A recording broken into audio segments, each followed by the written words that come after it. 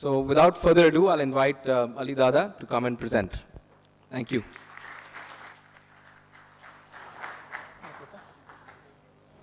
Assalamu alaikum. It's an absolute pleasure to be speaking at this conference today. And it's always a very interesting session after lunch, where it's a challenge. So the good news is that it's a light presentation. It's not heavy.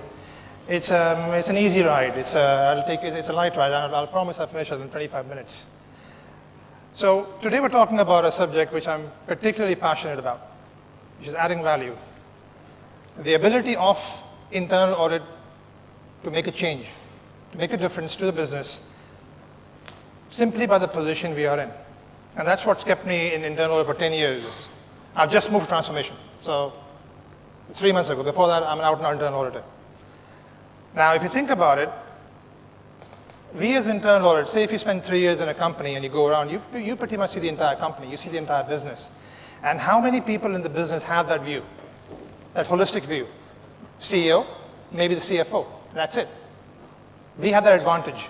We know the entire business inside out. We can use that knowledge for far greater purpose than we do. Before we go forward and discuss how we will work with the business, we cannot forget the core fundamental reason we exist, which is to provide independent, objective assurance to the business. We cannot forget that. That's our primary role. That's our DNA. However, the conventional auditing reports and the findings we come up with mostly are, let's be honest, not that exciting. They are risk prevention. Risk prevention is important. The business knows that. The board knows that. But it doesn't come across as exciting. Yeah, we found something, a controls week or a significant controls week. Unless things are completely falling apart, it's not exciting. It's something that has to be done and it's been flagged up. However, if you have an observation or a finding where you can put a rupee sign next to a number as an impact, or a dollar sign or a pound sign, I've seen it personally far too many times, and I know that the CEO's eyes will light up. That's where it becomes exciting. That's where audit becomes a superstar. Because now you're contributing to the business directly.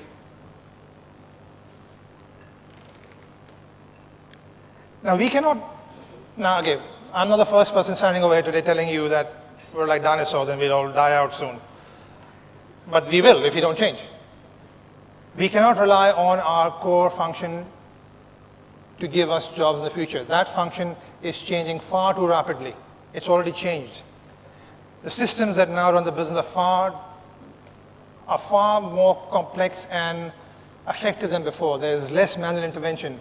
Controls are more integrated. Mass data analytics gives you results which took a human being months to achieve. And then there's continuous monitoring which throws up exceptions one after the other. So that core traditional audit function is still being done, but it's being done by a system. What can we do beyond that to justify existence? We need to step beyond that boundary and come up with suggestions that are more forward-looking. That changed the business. You're familiar with this slide? You spoke about it earlier in the morning, Imran. I came across this as well, and it's not a coincidence, multiple speakers tell the same thing here. The probability of jobs dying out in the next 2 decades. Now, being an airline, we always see pilots as a bit of an expense. You know, fairly large cost, they cost a lot, we have to train them a lot, that cost too, and they're also difficult to manage. So with drone technology coming in, it's something that I always thought, you know what, pilots will go away soon and it'll be far, far easier. And I was happy to see that. 55% probability pilots will go away in the next two decades. But then, what happens to us? The writing's on the wall. And you can look around wherever you want. You will get the same result. Conventional auditors are struggling, or will struggle in the future. I went around looking for more research. This is from BBC. 95% are certified accountants, similar to us. Yeah, most of us are certified accountants. 95% probability that this function will no longer be required. Again, the theme here is that if you're looking back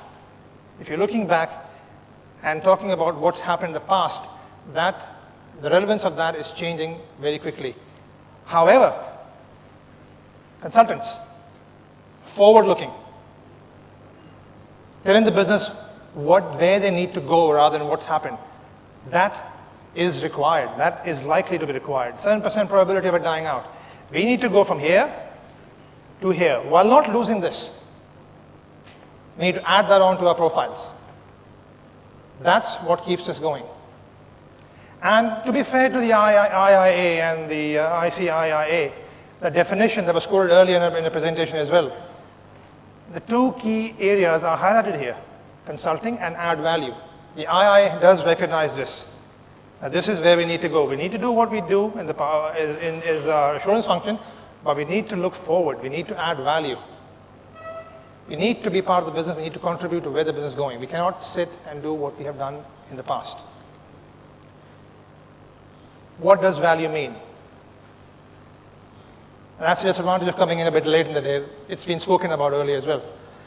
Value is not what you think it is. Value is defined by the business. And every business, depending on the nature of its industry, will have a different requirement. Financial services. I think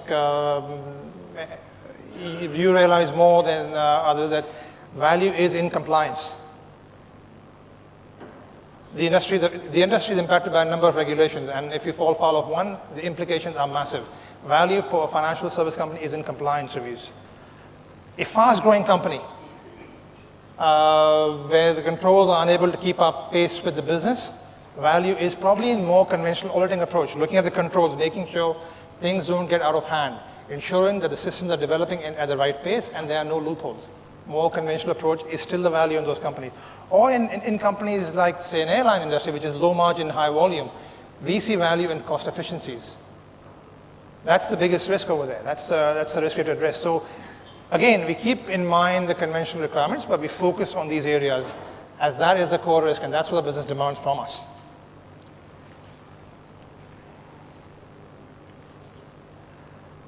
This was covered earlier as well, strategy, in an earlier presentation.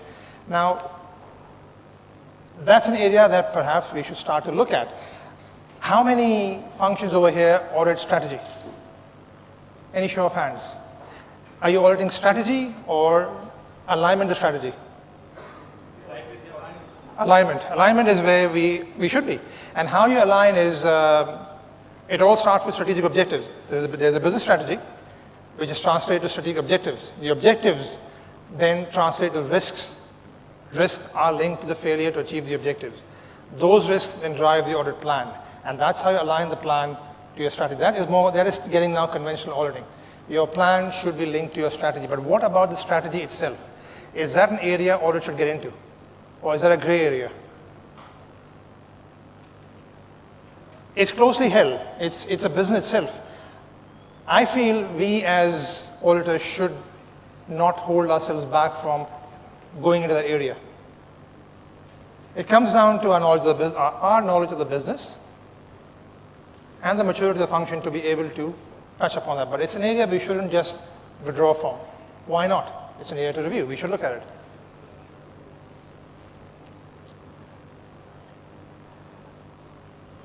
A classical audit report, let's think of it this way. Now, I'll go a bit practical. For me, an audit report is not complete, an audit observation is not complete unless it's got a risk, impact, root cause. If a report does not have these mentioned clearly, it's not a finding. I need to know why. So what? Why is it a finding?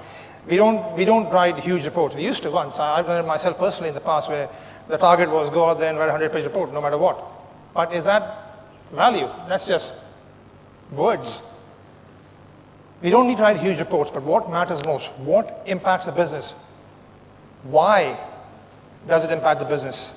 And then also a recommendation that is adequate, at least. Now, if I get an audit report which has got a nice risks explained, and you've got an observation which is explained and agreed, and you've got the root cause, and the recommendation is management should fix so and so. Well, that's not a recommendation. If you leave it at that, that's just a risk. You just write up a risk, that's all. go a bit forward, give a bit more information to the business. How should you go about fixing this issue? Work with the management. And ideally, if you can, agree a solution. Where you have a bit of disconnect between the business and audit is where you impose a recommendation. And the business says, well, that's not really practical. Agree a recommendation. If you disagree, then you go forward. We once even ran a test trial on taking the recommendation out completely and only having the agreed action with the management as a mutually agreed solution. And then a regulator, we are a regulated function in Abu Dhabi. So they came in, no, sorry, you must have a recommendation. But we went as far as going and agreeing a recommendation and only putting that as the action, nothing else. That report was very popular with the business because it then looked like we're not telling the business what to do. It's the business agreeing something to do with us. They look better in that. We tried that. We were told to stop, but that was an approach that could work in other areas. Ad hoc projects. I see ad hoc requests from the business as a testimony that they appreciate our work. We have a plan, we build a plan, we go through it, and if that's all we do, is that being valued? If the business is coming to you and asking you to look into something, respect that. That's the business giving you value, the business appreciating what you do. Flex a plan, build a plan with their flexibility to take on these projects, and then address them. They probably represent an immediate risk to the business. That's where your plan should be tweaked if required and adapted to suit the requirements of the business when they need it. Obviously, when you take an ad hoc project, you need to do the test of impairment and independence. And this is where I get a little bit controversial, the independence barrier. And we had a bit of debate earlier on this one. I think you mentioned something, and Amir Saab also mentioned something on this one. Are we independent? And how far should we let independent dictate what we do? Should we look at independence as a reason for not doing what we're required or what we're asked to do, or should we push independence as hard as we can to try and do as much as we can to the business? It depends by industry, I know.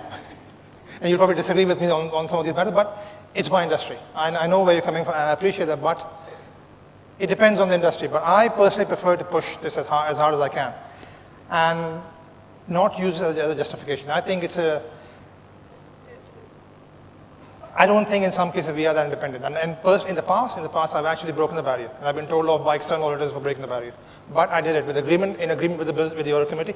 Not in Abu Dhabi where we are regulated, but in the past in the UK where it's a little bit more flexible and you could do that. So the external auditor did tell me that, you know what, you're going a bit too far. I said, well, I have to. The business needs it. And the audit committee is happy with me, so I'll do that. Ignore my work if you have to. But I did break the barrier because the business needed it at that time. Data analytics and continuous monitoring. This is not the future anymore. This is as is. This is where we are, and we're moving forward into this. We do use data analytics quite regularly. Ideas, ACL, we've tried Excel as well, and we have gone forward into continuous monitoring. Where data analytics, what it provides is, it gives you a view as audit of an area which you would not have had in the past, and it also gives business visibility of information that they would not have seen in the past. And that takes it forward into continuous monitoring, where you then run scripts for the business, or you let them run that, so they then get these exceptions on an ongoing basis. We once ran a test on agency bookings and cancellations, and ticketing and cancellations. Now, when you're using a global distribution system, a GDS system like a Sabre or an Amadeus, every time an agency books or tickets, the airline picks up the bill. And they can do that as much as they want, but you pay the bill. So when they book a ticket on you and they cancel a ticket on you, you're paying both times, which is a bit unfair, but that's how it works. So we were asked to look at a review of agents who have a very high booking to cancellation ratio, and we ran that. And we did a full run on 16,000 agents we had at the time, and we got the report, and the business had never ever seen that. They had, up till that point in time, they did not know who to go and challenge, because they did not have this data run with them. Once they saw value in that, we said, okay, fine, you know what? We will run it for you. This now becomes a report. You can use our script, take it forward, and run it for your purpose, and use it. That's adding value. You just gave business visibility of an area they did not have. Translating audit work into a continuous monitoring project. And then the gold dust. the measurable added value, the money, the absolute rupee sign, dollar sign, where because of what you said, the business implements, if the business implements what you said, that results in either a measurable, clearly measurable cost saving or revenue enhancement. This is where you really, really get appreciated. My first role in the airline industry, before I moved in the UK, when I joined the airline, one of my mandates was, you must pay for yourself. You must look at the business in a way that pays for itself. You do what you have to do, you provide us with the governance which we need, but you must pay for yourself, and that's what happened. And you can do it. This is what we do in Etihad. We bought this concept in Etihad about 3 years ago. We had a group brainstorm session in a way day where we all went out and we agreed, okay, how do we go and approach this? Because we were seeing numbers coming in, but how do we get everyone to focus on this? And we took a bold challenge, and I didn't agree with that at that time. In our objectives for the year, we gave ourselves a number. That at the end of the year, the audit findings must have this number as a target. Agreed to the business, annualized.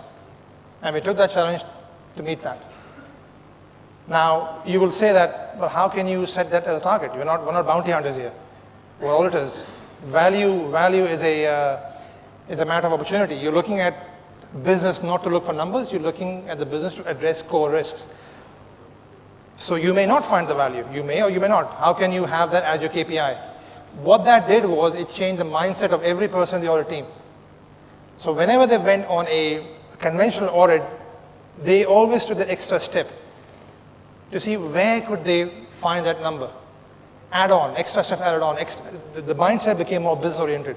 And in all the 3 years that I was there, we exceeded the target easily. In some cases, 4 times.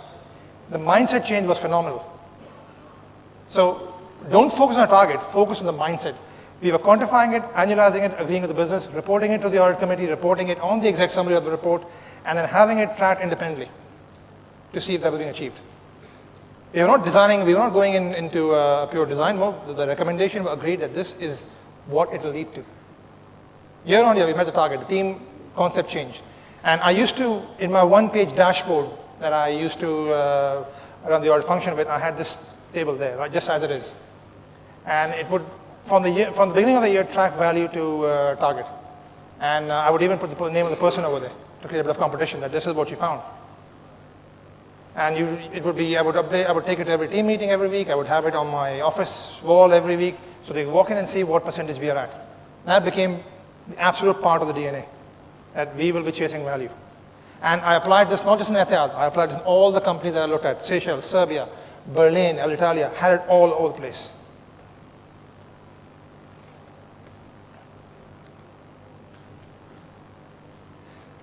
Last slide. Just to sum up, yes, we have to provide independent assurance.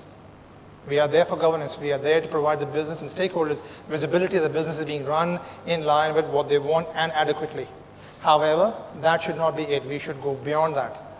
We should go forward. We should challenge the business and look into the future and help the business change its pattern if need be so. I'll end with just one story, and that's like a moment in my career which was, I can't forget. I was working at Monarch. I was just 1 year into my role, and I challenged the entire excess baggage model as an audit. That the excess baggage system wasn't working. It was global, outsourced completely. And I took it on as an audit. And under the guise of audit and processes, I came up with an alternate system which was applied as a test run, as an audit test.